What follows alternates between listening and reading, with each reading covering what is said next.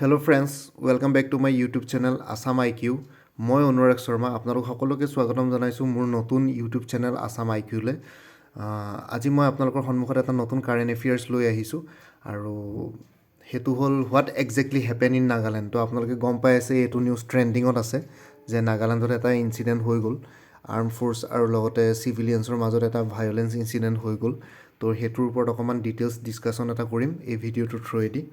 তো আহক ভিডিঅ'টো ষ্টাৰ্ট কৰোঁ তো ফাৰ্ষ্ট অফ অল টাইটেলটো হ'ল what exactly happened in Nagaland ঠিক আছে তো মই ইনচিডেণ্টটো ভালকৈ কৈ আছোঁ ঠিক আছে according to an official a group of 6 daily wage labourers from Oting village were returning home from a coal mine in a pickup van when they were allegedly shot at by 21st Para Special Forces of Indian Army on Sunday evening ঠিক আছে according two এটা official চ'ৰ্চৰ মতে ছজনীয়া এটা দল মানে যোনখিনি লেবাৰাৰ্ছ আছিলে daily ways লেবাৰাৰ আছিলে অটিং ভিলেজৰ মানুহ আছিলে সেইখিনি তো সেইখিনি কোল মাইন এটাত কাম কৰা ৱৰ্কাৰ আছিলে তো তেওঁলোক মানে এখন পিকআপ ভেনত ঘৰলৈ উভতি আহি আছিলে তেতিয়াই এলিজিডলি 21st পাৰা স্পেচিয়েল ফ'ৰ্চ যোনটো ইণ্ডিয়ান আৰ্মিৰ 21st পাৰা স্পেচিয়েল ফ'ৰ্চেছ আছে তো সেইটোৱে এম্বুছ কৰি পেলাই দেওবাৰৰ সন্ধিয়া সময়ত তেওঁলোকৰ ভেনখনৰ ওপৰত শ্বুট কৰিলে ঠিক আছে মানে ফায়াৰিং কৰিলে অ'পেন ফায়াৰ কৰিলে আৰু সেইটো ছানডে ইভিনিং মানে যোৱাকালি 5 ডিচেম্বৰ 2021 চনত তাৰপিছত নেক্সটটো হ'ল local sources said that the volunteers from the village had gone searching for them as they had not returned for several hours and found their bodies in the ভান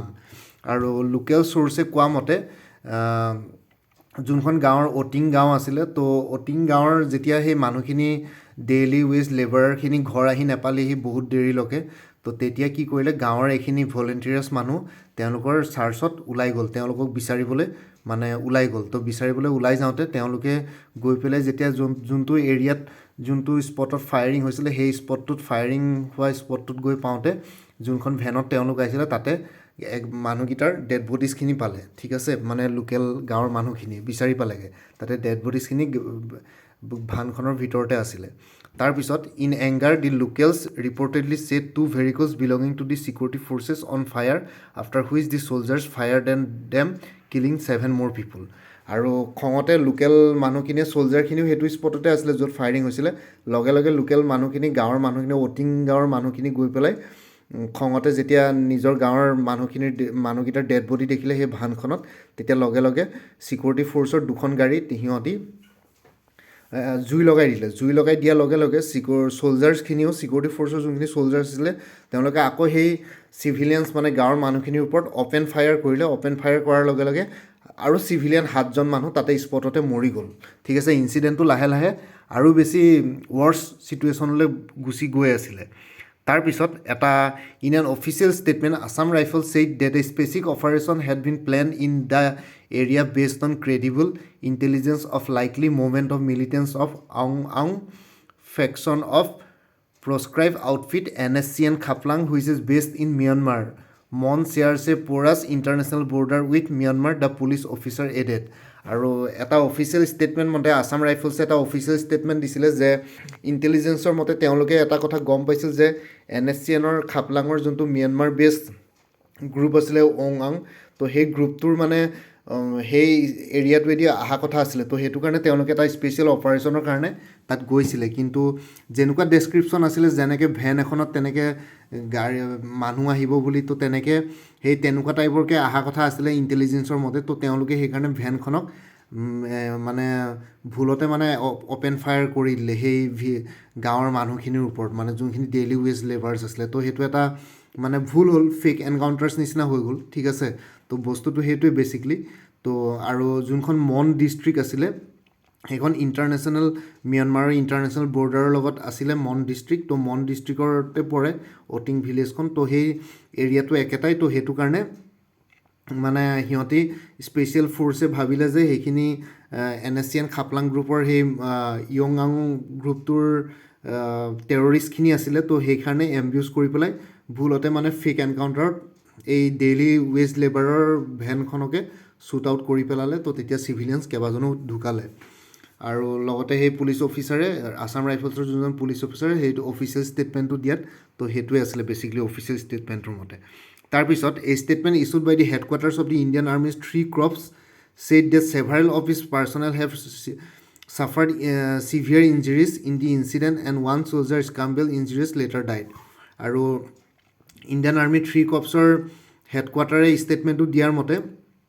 এই ভায়োলেন্সখিনিত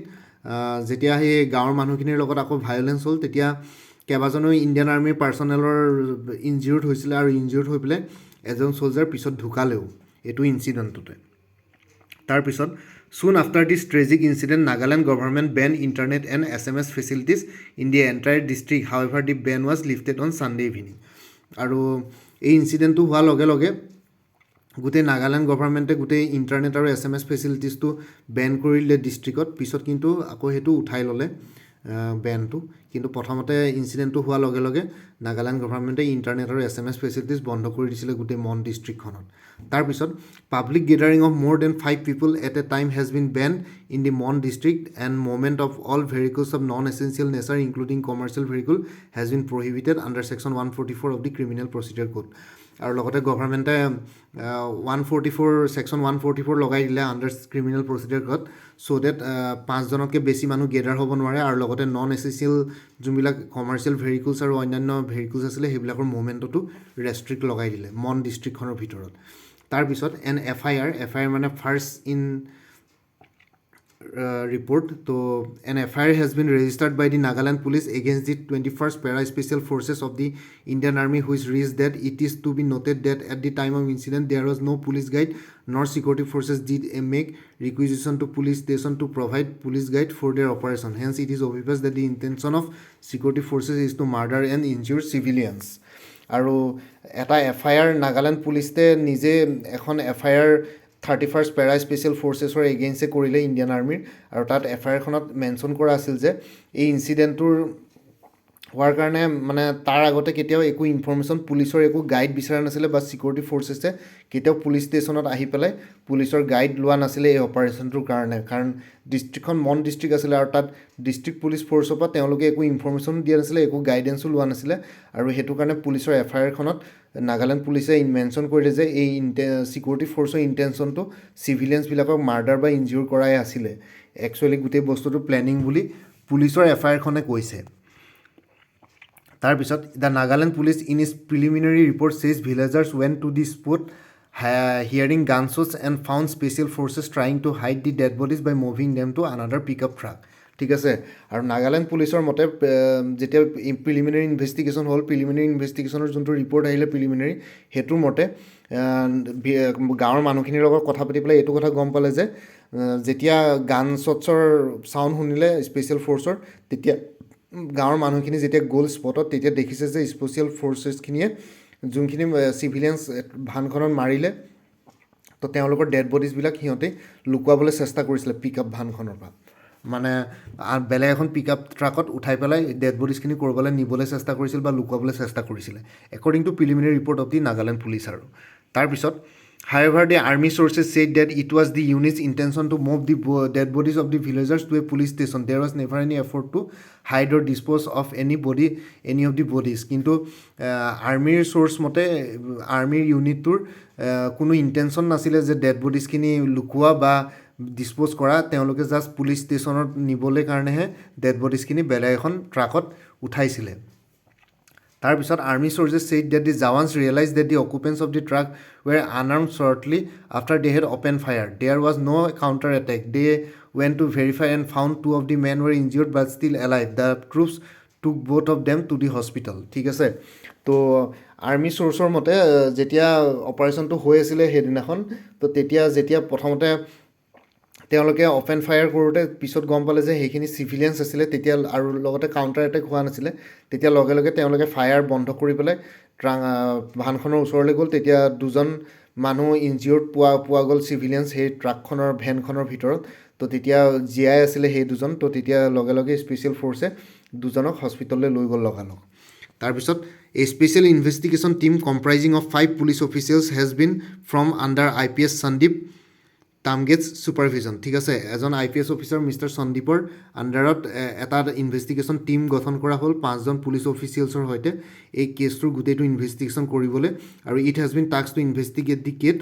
কেছ উইদিন 1 মান্থ আৰু 1 মাহৰ ভিতৰতে কেছটো investigate কৰি পেলাই তেওঁলোকক report submit কৰিবলৈ order দিছে গভৰ্ণমেণ্টে